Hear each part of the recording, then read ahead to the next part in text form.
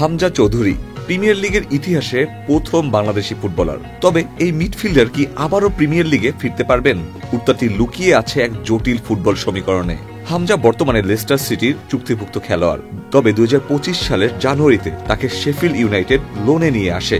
এই লোনে আনা চুক্তিতে রয়েছে একটি অপশন টু বাই, অর্থাৎ শেফিল্ড ইউনাইটেড চাইলে মৌসুম শেষে তাকে স্থায়ীভাবে কিনতে পারবে। পাঠাও চলো দেশি ভাইবে, চলবে 14 থেকে 31 মে পর্যন্ত।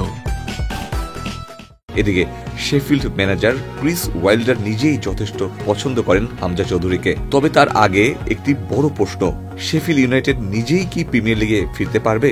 বর্তমানে তারা ইংলিশ চ্যাম্পিয়নশিপে অর্থাৎ দ্বিতীয় বিভাগে খেলছে।